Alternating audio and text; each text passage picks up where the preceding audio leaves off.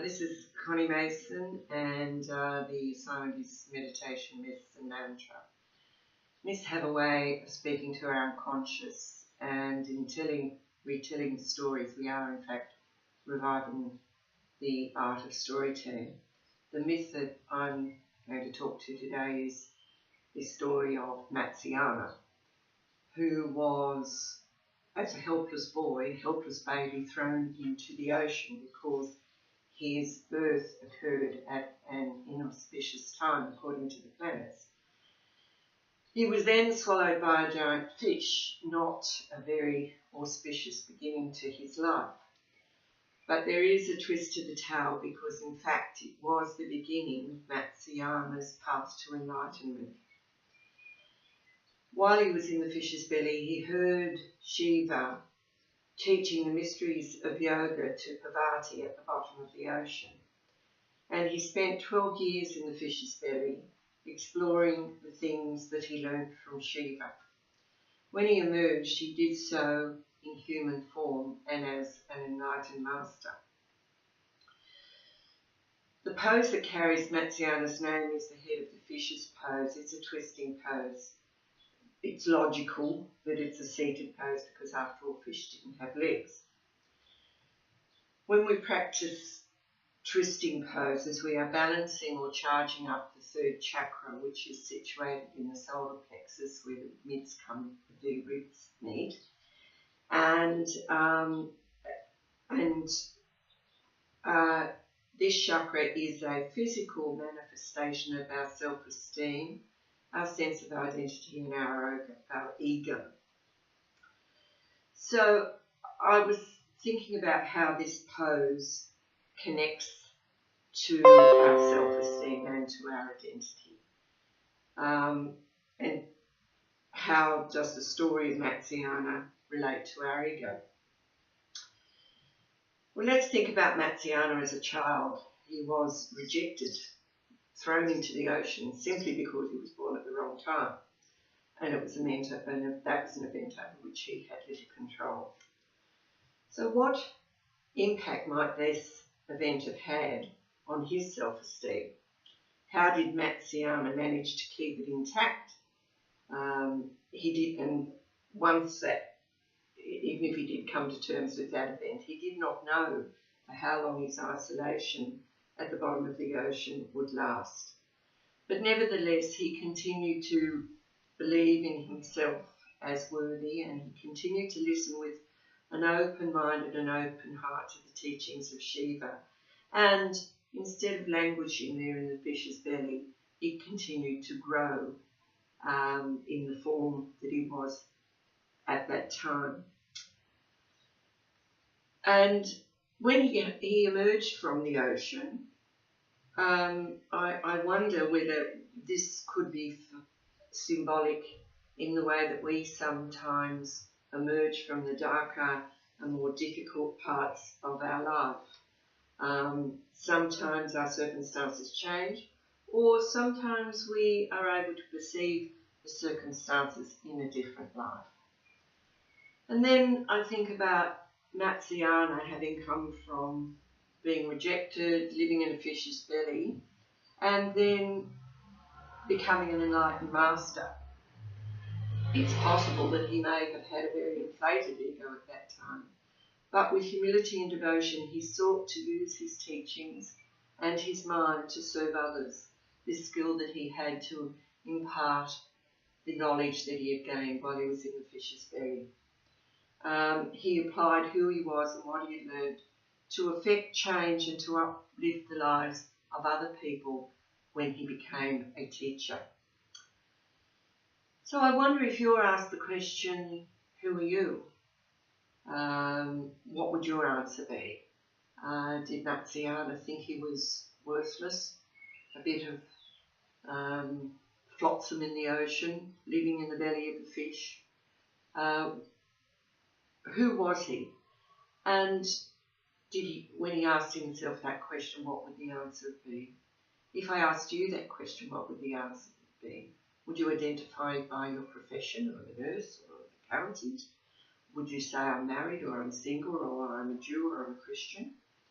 What happens if we take away those labels? Are you still you? In fact, are you still there? Well, yes, I think the answer certainly is yes. I think Matsiana came to an understanding that without those labels, there was still an essence of himself that remained unchanged and whole and pure and good, his divinity. And the same applies to all of us. Take away all those labels that we pick up throughout our lives, labels that change over time. Often relationships don't work. We change jobs. So there are things in our life that are changeable, but the thing that does never change about ourselves is the true essence of ourselves that exists beyond the ego. So the next time we practice Head of the Fishes pose, it might be worth just taking a little moment to contemplate Matsiana's story and how it relates to your life. So as we please come to a cross-seated position. Make yourself comfortable with a straight spine.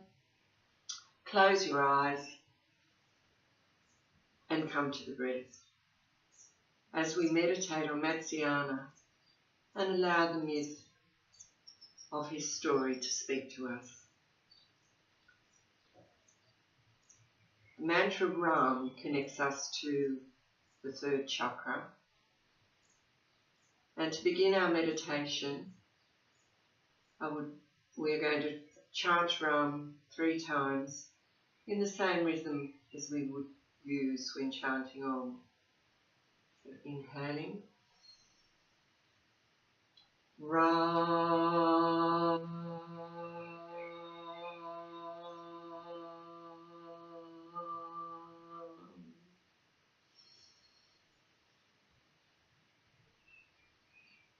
Ram.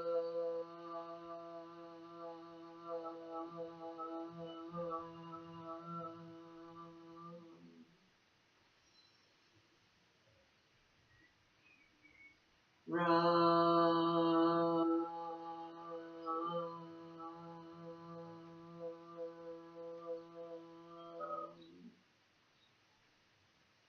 Continue with your eyes closed. Breathe naturally. And as you exhale, silently chant Ram to yourself.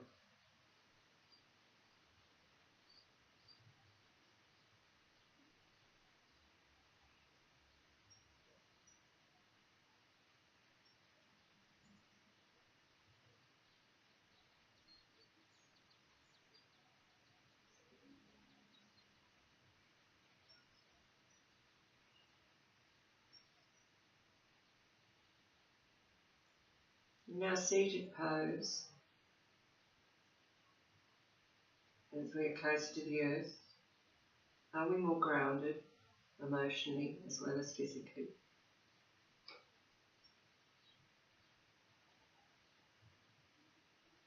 More grounded as a person, coming closer to the essence of ourselves. Continue to silently chant Ram as we energize and balance the third chakra, which is the chakra related to our self-esteem and our ego and our sense of identity.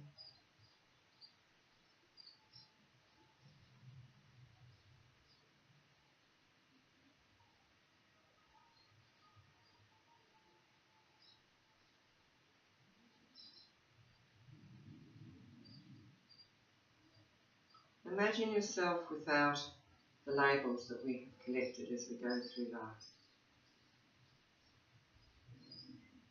See an image of your true self as you open your heart to who you are beyond those everyday roles that we play. Continuing silently to chant Ram.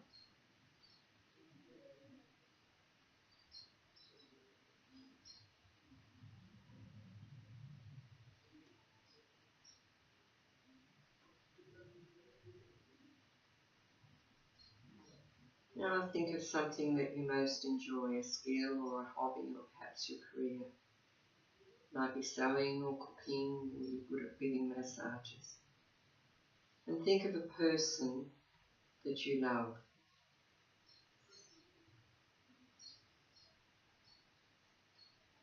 Now imagine using those skills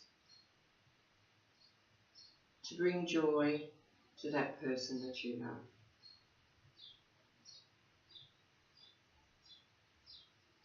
Directing those energies for the benefit of somebody else.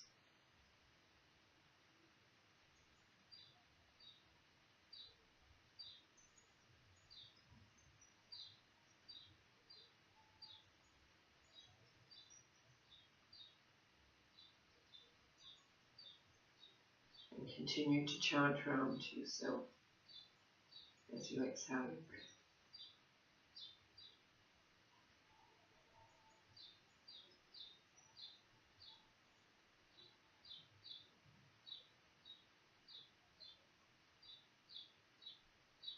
Slowly open your eyes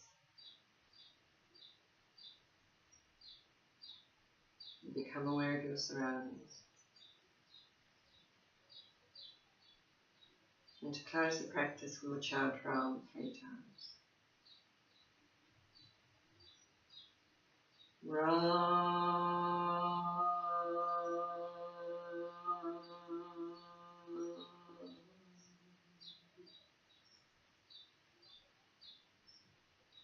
Ram.